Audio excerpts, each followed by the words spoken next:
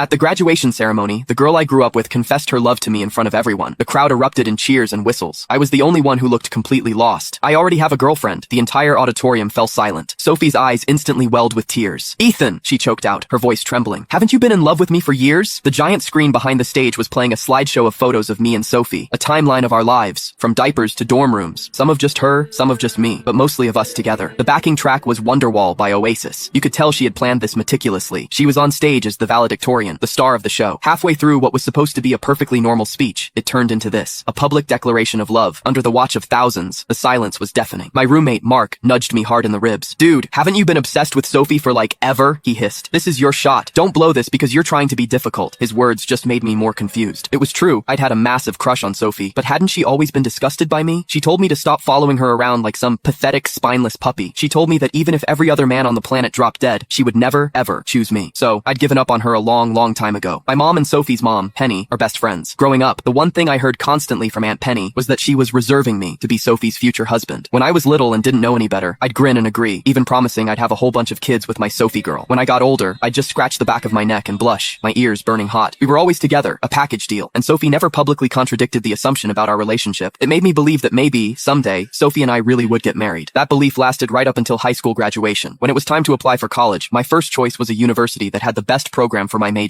When Sophie's parents found out, they immediately started pressuring her to give up her dream school. If you and Ethan go to the same school, you can look after your future husband, her dad said over dinner one night. Exactly, Aunt Penny chimed in. It's good for you two to have each other for support. So, does this mean I should start saving for the wedding? My mom joked. The conversation around the dinner table was spiraling into fantasy. I kept my head down, my face flushed, completely missing the fact that Sophie's expression was growing darker and darker by the second. Suddenly, she slammed her hands on the table and shot to her feet. Can't you see I don't like him? She yelled, her voice shaking with rage. He follows me everywhere, so damn needy. Have some self-respect. Her outburst froze me in my seat. Humiliation, shame, a crushing sense of inadequacy, a storm of emotions I couldn't name washed over me. I clenched my fists under the table, my knuckles white. I looked at Sophie's face, at the undisguised disgust in her eyes, and my heart felt like it was being scraped raw with a dull knife, over and over again. Crack. Sophie's dad slapped her across the face and ordered her to apologize to me. What is this nonsense you're spouting? You don't like Ethan? It's a miracle a boy like Ethan would even look at you. The mood was ruined. Everyone's face was grim, but Sophie was defiant. I'm going to Princeton and you better not follow me, she snarled, her eyes locked on mine, as if I were some kind of criminal. Being stared at like that by the person you love, it physically hurt. In the end, Sophie didn't get into Princeton. She ended up at my school, Northwood University. I didn't see her again until move-in day, when I spotted her dragging a suitcase across the freshman quad. We hadn't spoken all summer. When she saw me, a flicker of anxiety crossed her face. It was only after Aunt Penny nudged her that she reluctantly came over to help with my bags. I got stuck at this crappy school with you, she muttered under her breath, so only I could hear. Are you happy now? It felt like a punch to the gut. I sidestepped her, moving away from her reach. She froze, her hand hovering awkwardly in midair.